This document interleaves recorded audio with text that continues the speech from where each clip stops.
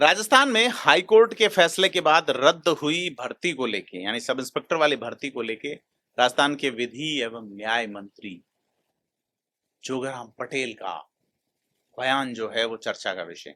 वो कह रहे हैं डिपार्टमेंट से फैसले की जांच करवा रहे हैं और डिवीजन बेंच में जाने को लेकर जो कहा है उसी पे आज बात करेंगे। नमस्कार, मैं प्रदीप हूं, आप थिंक 360 देख रहे हैं। मंत्री जोगाराम पटेल ने पूर्व सरकार यानी अशोक गहलोत की सरकार पे कई आरोप लगाए हैं और ये बड़ा बयान सब इंस्पेक्टर भर्ती को लेकर दिया और कहा है कि कोर्ट ने एसआई भर्ती को रद्द नहीं किया है। कोर्ट ने अपना ऑब्जर्वेशन सरकार को भेजा है, इसकी जांच करके राजस्थान लोक सेवा आयोग आरपीएससी को भेजा जाएगा। उन्होंने जो ऑब्जर्वेशन किया वह बहुत महत्वपूर्ण है। मंत्री जोगाराम पटेल जोधपुर में मीडिया से मुखातिब होते हुए ये बात कहते हैं, बड़ी चीज है, क्या फैसला आया है ऑब्जर्वेशन।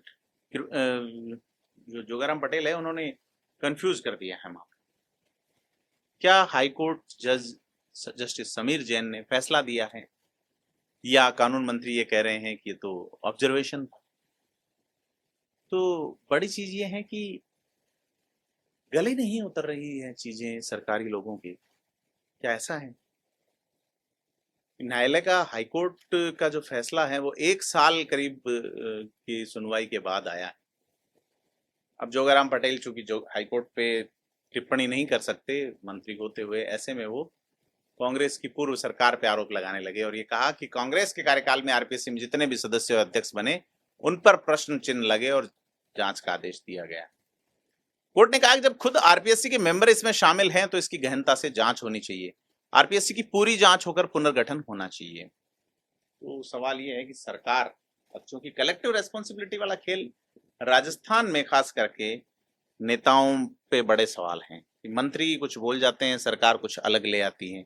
खास करके आप देखिए, एक राज्य एक चुनाव वाले में विधानसभा में उप मुख्यमंत्री, प्रदेश की वित्त मंत्री दिया कुमारी का बयान, एक राज्य एक चुनाव होगा, लेकिन चुनाव आयुक्त कह गए कि ये संवैधानिक बदलाव के बिना यह दूर की कौड़ी। किरोड़ीलाल मीणा कहते हैं कलेक्टिव रेस्पॉन्सिबिलिटी के नाते किरोड़ीलाल मीणा का बयान क्या सरकार का बयान नहीं है, लेकिन वो सरकार के खिलाफ ही दे देते हैं। तो ये जो बयान है कि आरपीएससी की पूरी जांच होकर पुनर्गठन होना चाहिए, भजनलाल सरकार ने सदस्यों की संख्या तो 10 कर दी, लेकिन पुनर्गठन होगा या नहीं बड़ा सवाल है।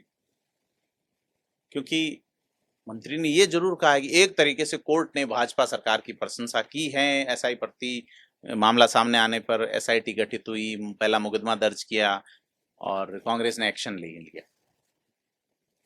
तो अब जैसा मैंने कहा था, डिवीजन बेंच को लेकर जोगाराम पटेल क्या कहते हैं, तो जोगाराम पटेल ने कहा कि कई जो प्रभावित याचिकाकर्ता है जिनका चयन हुआ है उनका अपना पक्ष है, वे डिवीजन बेंच में वे अपील करें। मतलब सरकार जो है वो ये कह रही है कि हम डिवीजन बेंच में जाने के सवाल पर विधि विभाग की ओर से परीक्षण किया जा रहा है और इधर जो है इंडिविजुअल कोई जाना चाहे तो जाए। अब कोर्ट ने ये भी संकेत दिया है, अरे भाई फैसला या संकेत, ये बड़ा कंफ्यूज हो गया हमारे लिए, क्योंकि हाईकोर्ट का तो फैसला ही है कि जो 1051 पदों पर भर्ती निकली है, इस भर्ती में इनको भी समाहित किया जाए, इस विषय को मेंशन किया जा रहा है।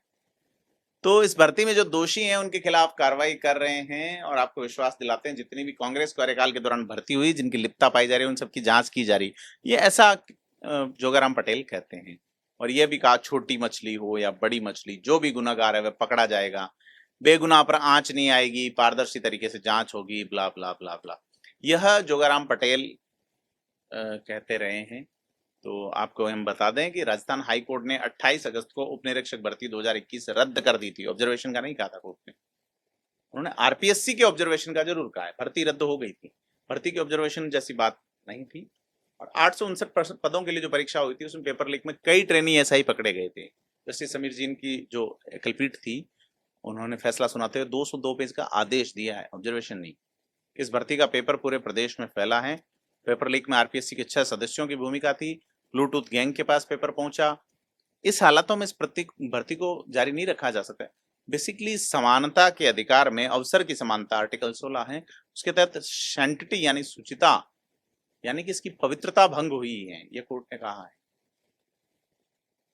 कोर्ट ने कहा है साल 2025 की भर्ती में भी इस भर्ती के पद जोड़ के नई भर्ती निकाली है, तो 2021 के सभी अभ्यर्थी हैं उनको फिर से शामिल किया जाए।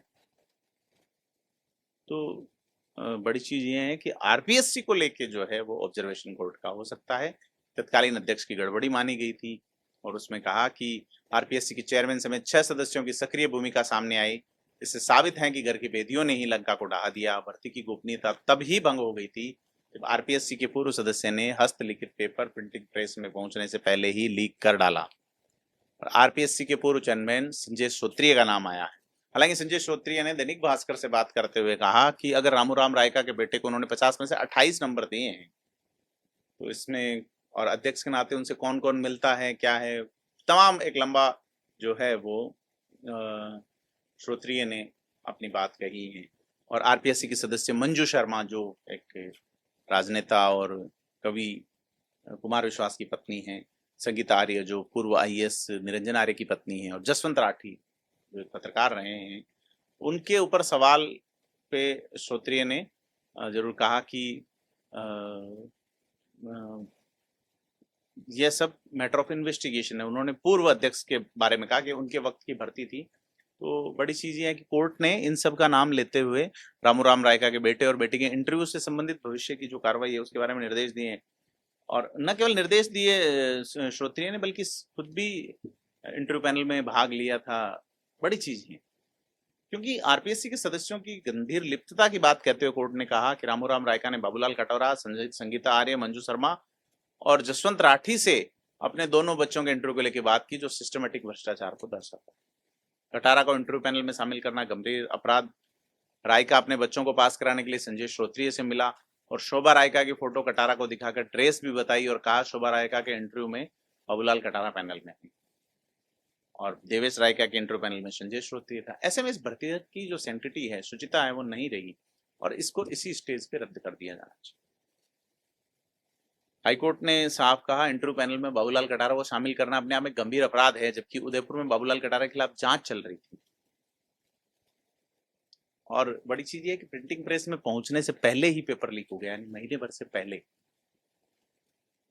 तो रामूराम रायका ने बाबूलाल कटारा को कहा कि उनकी बेटी इंटरव्यू में कौन सी ड्रेस पहन के आएगी जिससे उसे पहचान सके। ये ऐसी बात आई है। तो बड़ी चीज है बड़ी चीज है कि राजस्थान में खास करके यह जो भर्ती है, यह अब आरोप प्रत्यारोप बयानों का, और उसमें अशोक गहलोत के बयान भी सामने आए हैं, उनको लेकर भी हम बात करेंगे। तो यह देखने वाली बात है कि राजस्थान में जो भर्ती है यह अब किस स्तर पे जाएगी। सरकार का रुख है कि जो डबल बेंच में अभ्यर्थी जा सकते हैं जो प्रभावित हुए हैं, सरकार जाए या नहीं जाए इसका विधि विभाग परीक्षण कर रहा है। आपको क्या लगता है, कमेंट करके बताएं। वीडियो को लाइक शेयर करें। धन्यवाद।